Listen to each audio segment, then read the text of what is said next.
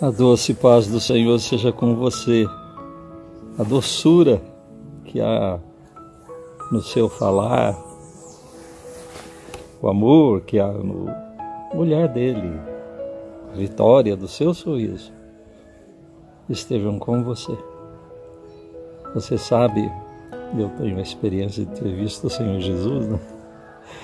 Então, aquela mensagem que procede dele, em cada detalhe, está em minha alma. E eu me senti responsável por compartilhar isso com você. Eu sou presbiteriano de origem, né? Depois fui convidado pelos batistas para ser pastor batista e sou até hoje. E graças a Deus por esses irmãos todos, eu devo tanto a eles. Mas o Senhor Jesus me concedeu essa experiência do conhecimento dele, né? Pessoalmente. Então, o meu ministério, eu vou chamar assim de ministério, se refere ao relacionamento pessoal com o Senhor. Eu vejo poucos falar desse jeito, né, que eu falo, e portanto considero uma dívida, né? Não sou o único, mas às vezes me sinto assim e me sinto distinguido pelo Senhor por causa disso. Eu não tenho muito interesse em falar sobre a igreja, sobre esses assuntos doutrinários tão bem abordados por colegas que estudaram bastante, né? E eu aprendo com eles. Mas aqui, comigo, quem sabe você possa aprender alguma coisa e também me mandar compartilhar, né? Às vezes alguém manda, de encontros pessoais com o Senhor Jesus. Ora, esse relacionamento pessoal, a finesse, né? Coisa linda, entre o ser humano e ele, é o que me interessa. Me interessa a experiência desses irmãos que conversaram diretamente com ele, que tiveram encontros pessoais. E também me interessa conhecer esse Deus que se humaniza para poder se relacionar. Mas ele é Deus, ele continua sendo Deus. E consta, né, da palavra de Deus, da Bíblia, a minha está aqui, essas experiências. E os encontros são impressionantes. E o Senhor mandou escrever para que nós tivéssemos essa referência a fim de nos relacionarmos com Ele, entendendo quem Ele é e o que Ele pensa de nós também. Isso é o meu tesouro, eu gosto demais disso, né? Se você tem sua Bíblia, aí você pode pegar a experiência de Elias. Por ser um profeta tão importante, né? Distinguido assim como um modelo para os profetas, né? Até hoje. Tem tanta gente com o nome dele, né? É justa homenagem. Então, você pode aprender. Você sabe o drama dele. O país estava afastado de Deus. De tal forma havia pervertido o culto que agora adoravam um outro Deus na terra do próprio Senhor. Adoravam um Deus estrangeiro. E matavam os servos de Deus. Nós estamos em dias semelhantes no mundo inteiro. Aqui no Brasil a coisa ainda está devagar. Mas por aí, quem confessa que é do Senhor Jesus, morre. Olha, ele vivia num tempo em que no próprio país, na própria terra de Deus, era adorado outro Deus. E com as suas consequências nefastas. Porque o nosso Deus é vida. Mas outros deuses são perversões, são demônios e servem ao maligno, a Satanás. E aí vem morte, prostituição cultural, prostituição dentro do templo. No tempo deles acontecia isso. E aquelas crianças que nasciam ali serviam para oferecer em sacrifício humano. Era horrível aquilo. E os servos de Deus que se levantavam eram mortos. E o Elias, então, enfrentou aquela situação. E ele vence aqueles profetas de Baal, mas ele teve que fugir. Veja aqui, né? Você pode estudar aí o combate que houve, não é? Uma guerra espiritual, lá no capítulo 18 de 1 Reis. Mas no 19, ele, cheio do Espírito, aí ele foi lá para a cidade, onde ele imaginava, Jezreel, né? Era a capital naqueles momentos, lá do Reino do Norte, em Israel. E ele imaginava que fosse recebido com festa, mas não foi. A rainha, né, que usurpava o trono, de certa forma, com o seu marido fraco, ela jurou que em menos de 24 horas ele estaria morto. Ele deveria ser protegido pelo rei, que era o marido dela e que devia mandar, mas o cara era muito fraco. Então ele teve que fugir. Ele fugiu do Senhor, porque a autoridade era de Deus, dada ao rei, e que ele não exerceu, e a rainha, servidora, adoradora de Baal, estava empregando. A autoridade vinha de Deus, a autoridade vem de Deus. Ele teve que fugir, fugiu de Deus, fugiu do rei e, de certa forma, da fúria, da ira de Jezabel. Eu digo isso para você entender. Mas situe-se agora, coloque-se num papel, na pele de Elias. Imagine ele, o desapontamento, o sofrimento pela rejeição. Ele fez tudo direito, estava na terra do Senhor, era para ser homenageado, né? E agora tem que fugir. Então ele se levantou e fugiu. Deixou o secretário dele ali em Berseba, ao sul de Israel, e ele mesmo foi ao deserto, caminho de um dia, uns 20 quilômetros talvez,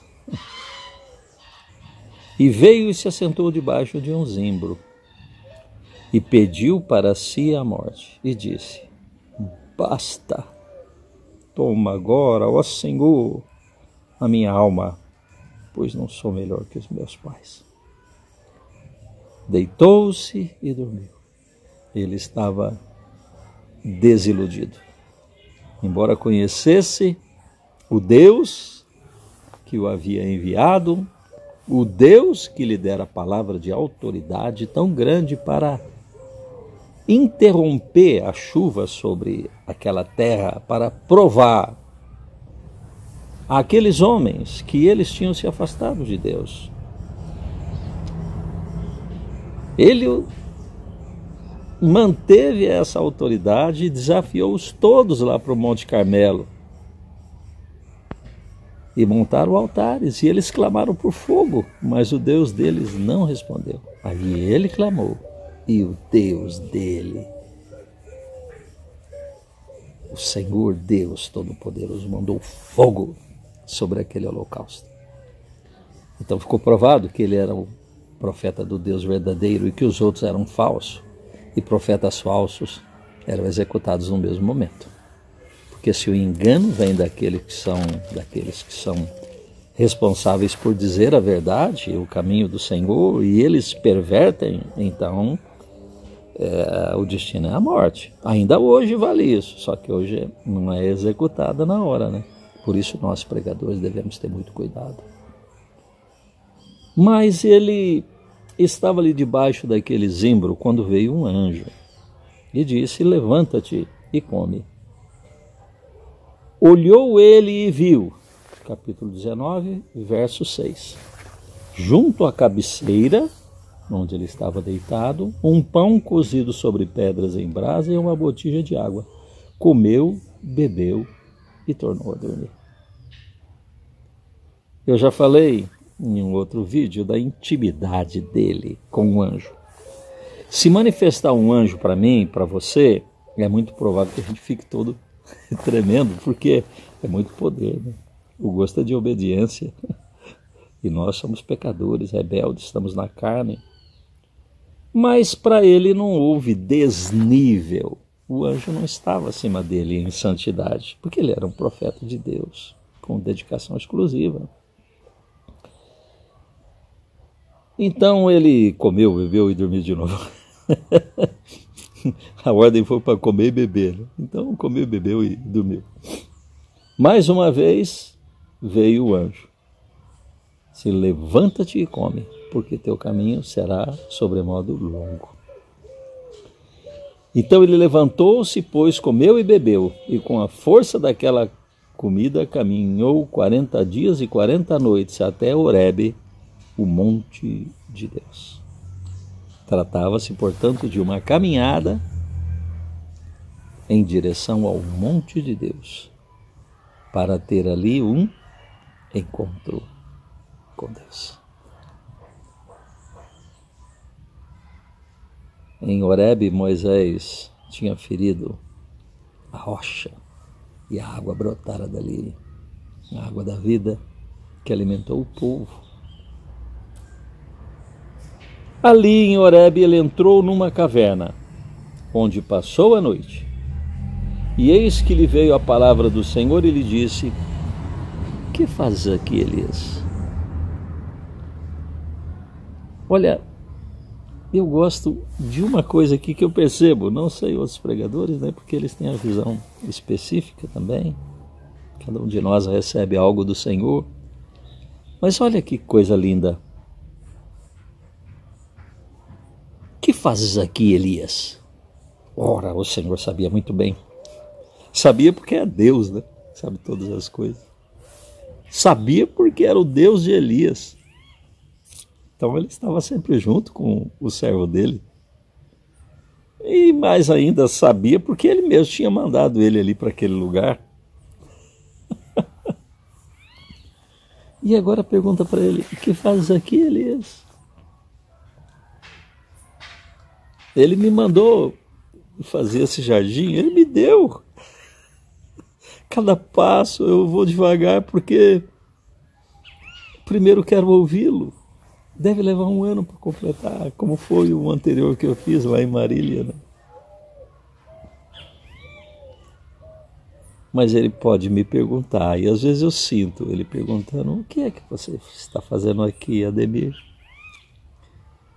Você que está aí vendo nesse vídeo, também pode imaginar aí no teu íntimo o Senhor perguntando a você: o que é que você está fazendo aqui? Eu gosto disso porque eu sei e tenho certeza de que meu Deus sabia o que Elias estava fazendo ali. E ele basicamente vai responder a respeito da sua fuga. E ele diz: eu tenho sido zeloso pelo Senhor, no serviço teu, ó meu Deus, Deus dos exércitos, porque os filhos de Israel deixaram a tua aliança, a lei de Moisés, dada lá no Sinai, com tanto poder, derribaram os teus altares, os locais de culto, que valeria fechar as igrejas todas hoje. Pensa bem, Pensa bem no que tem acontecido esses dias, não é? Com a ordem para fechar as igrejas. Não é? Pensa bem. Mataram os teus profetas à espada. E eu fiquei só. E procuram tirar minha vida. Então eu estou aqui porque eu estou profundamente triste. Porque eu estou profundamente desiludido. Porque eu estou profundamente decepcionado. Porque parece que tudo que eu faço, todo meu esforço, vira em nada. Que Deus é esse que nós temos, que quer ouvir dos nossos lábios aquilo que Ele já sabe muito bem. Sabe melhor do que nós sabemos. O que fazes aqui, Elias?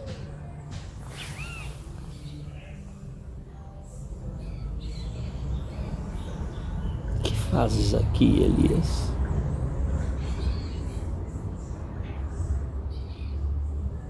E o Senhor veio ao encontro dele com poder do fogo, do vento, do terremoto. Era demonstrações de poder, mas finalmente veio com uma voz muito suave. O seu falar é muitíssimo doce. Que doce voz tem o Senhor, voz de amor tão terna e graciosa, que enche o coração da consolação, que só o crente, aquele que crê, goza, desfruta. Qual o maior prazer que lhe ouvir dizer: vem meu filho, vem escutar. O que eu fiz por ti, tudo o que sofri na cruz, para te resgatar.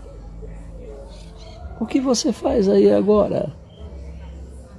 Você que está sofrendo, você que é servo de Deus, está num momento ruim.